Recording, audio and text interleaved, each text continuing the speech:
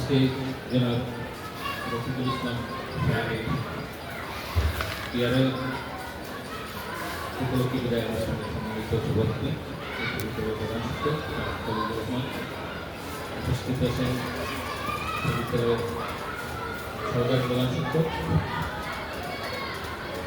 প্রাক্তন সহকারী প্রধান শিক্ষক বিন্দু এবং আমার সবাই প্রাক্তন সহকারী।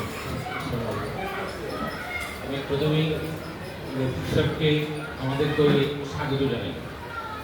আজকের থেকে উনি আমাদের দলে অর্থাৎ 59 ফুটে। এরপরে তার কৃতজ্ঞতা জানাই, উনি আমাকে অনেকদিন ধরে দাওয়াত দিচ্ছিল তো স্যার আমার বিদায়ের অনুষ্ঠানে থাকবেন। আসলে আমি অনেকদিন ওই যে বিভিন্ন জায়গায় দৌড়াদৌড়ি করি, ঢাকা হবিগঞ্জে এই সুযোগটা হয়েছে, এই জন্য আমি আসছি। আর উনি আমাকে কয়েকবার দাওয়াত দিচ্ছে, আজকে সকালেও ফোন দেবো, তো ওনাকে ধন্যবাদ। রফিক সাহেবের সাথে আমি 3বার চাকরি করছি। প্রথমে উনি যখন বিকেএসিতে 94-তে জয়েন করি, আমি 95 মেতে জয়েন করি। 2000 সাল পর্যন্ত ছিল। তারপরে আবার ওই স্কুলে 13 সাল থেকে 14.5 মানে 14 জুন মাস পর্যন্ত ছিল। তারপর 18 নভেম্বর থেকে 24 ডিসেম্বর পর্যন্ত 3বার ওনার সঙ্গে চাকরি করছি। তো আমার দৃষ্টিতে উনি একজন ভালো মানুষ। তবে একটা কথা বলতে হয়, উনি কিন্তু একা একা চলতে বেশি পছন্দ করতেন। আপনারা সবাই কিন্তু বক্তব্য এই কথাটাই বলছে, মানে সাথে পাশে কিছু থাকতো না, তার মতো সে কাজ করত। তো শেষে একটা প্রমোশনও হয়েছিল, যদি গোবিন্দপুর যাইতো তাহলে আর একটু অভিজ্ঞতা নিয়ে আসতে পারত। তো ওইটাও উনি আড়াই গেছে, মানে দায়িত্ব নিতে কতটা আগ্রহী না হইলে হয়তো যে সুযোগটা পাইছে হয়তো 2-3 মাস উনি কাটাই আসতে পারত।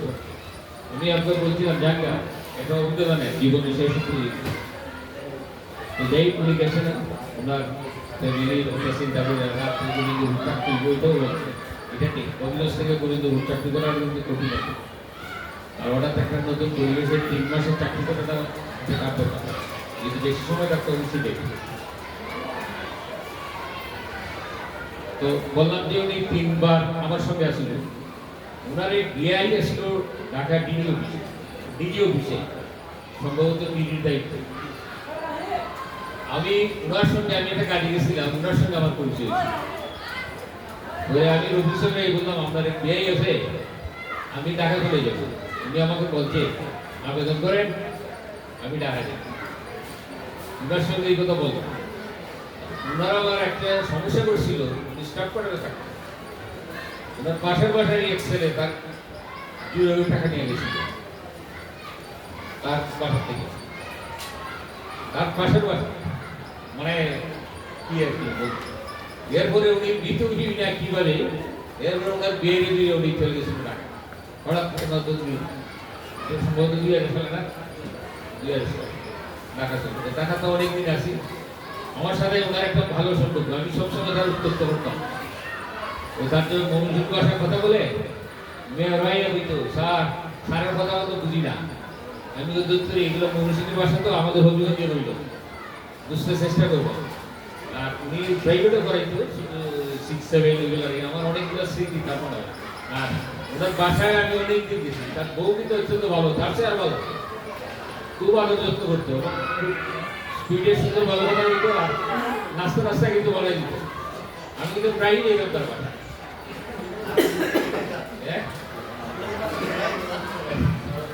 যাই হোক, তো মোটামুটি সবসময় আমি কিন্তু তার উত্তর করতাম, মানে এই যে একটু ডকডাক যেটা বলা হয় সেটা করতাম। তো তার হাসিটা কিন্তু খুব সুন্দর ছিল, সবসময় মুসকি হাসি দেয়, এখনো দেয়, কিছু কইলেও মুসকি হাসি দিত, রাগটা তেমন করতো না।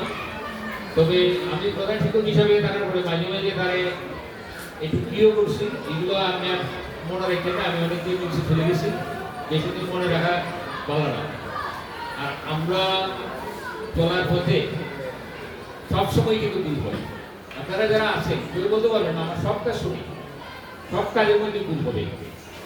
আমরা যারা প্রশাসনের দায়িত্ব পালন করছি, আপনারা ভবিষ্যতে করবেন। এ তো আমাদের পরিচালেরও শেষ এই মাসে 30 তারিখ অনুযায়ী কাইসব দায়িত্ব নেয়। আর যদি কোনো কি না হয় তাহলে হয়তো ডিসেম্বর পর্যন্ত ওনার দায়িত্ব উনিও চলে যাবে, এরপরে নেয়ার বাবু সম্ভবত ছিল। তো আমরা সবাই একই কিন্তু চলে যাব। মাঝে মাঝে বিদ্যালয়ের অনুষ্ঠানে আপনারা যে আমাদেরকে যারা যারা আমরা যাই না দাওয়াত দেন, অন্তত নিজকে গর্ব মনে হয় আমাকে স্মরণ করছে। ওই ছেলে মেয়ের সাথেও আলাপ করি, ওই স্কুল থেকে আমরা দাওয়াত এবার ক্রিয়া প্রতিযোগিতায় মিলাদে মিলাদ সম্ভবত আমি আসতে পারিনি, আমি ঢাকা ছিলাম। কিন্তু আমি ওই জায়গার মাঝে বুঝে ফিল করছি আসলে কষ্ট লাগছে, থাকলে হয়তো উপস্থিত থাকতাম অবশ্যই। ওই যে বললাম উনি একটু একাকিত্ব পছন্দ করে, আর সবচেয়ে বড় কথা হলো উনি কিন্তু নামাজ পড়ে। উনি যে সময় থেকে নামাজ পড়ে এই সময় মাঝে মাঝে ওয়াশ করতো, ওই মহল্লা করে জল মুখি। আমি তো আপনার দাঁড়িয়ে আসতে অনেক আগ থেকে গেল। তো ওই গ্রুপটাও কিন্তু অনেক ভালো, কিন্তু আমরা অনেকে ওই দায়িত্ব করতে পারি, কিন্তু মসজিদে কেউ নামাজ পড়ি, এটা তার একটা ভালো গুণ। আর আমি আশা করবো ওনার আজকে তো তার শেষ কর্মদিবস, উনি বিদ্যালয়ে আসবেন, হবিগঞ্জে থাকবে, ওনার বাড়ি তো কুম্বি, আমার মনে হয় হবিগঞ্জে উনি সেখানে থাকবে। তাকে প্রায়ই আমাদের সঙ্গে দেখা হবে রাস্তাঘাটে। আর আমাদেরও ভালো লাগে আমাদের গলিগুলারে যখন রাস্তাঘাটে পাই, নতুন যারা আছে তারা সঙ্গে আমার কথা হয়, আমি ফাইলে কথা বলতে চেষ্টা করি, তার কেউ কথা বলি, ভালো লাগে।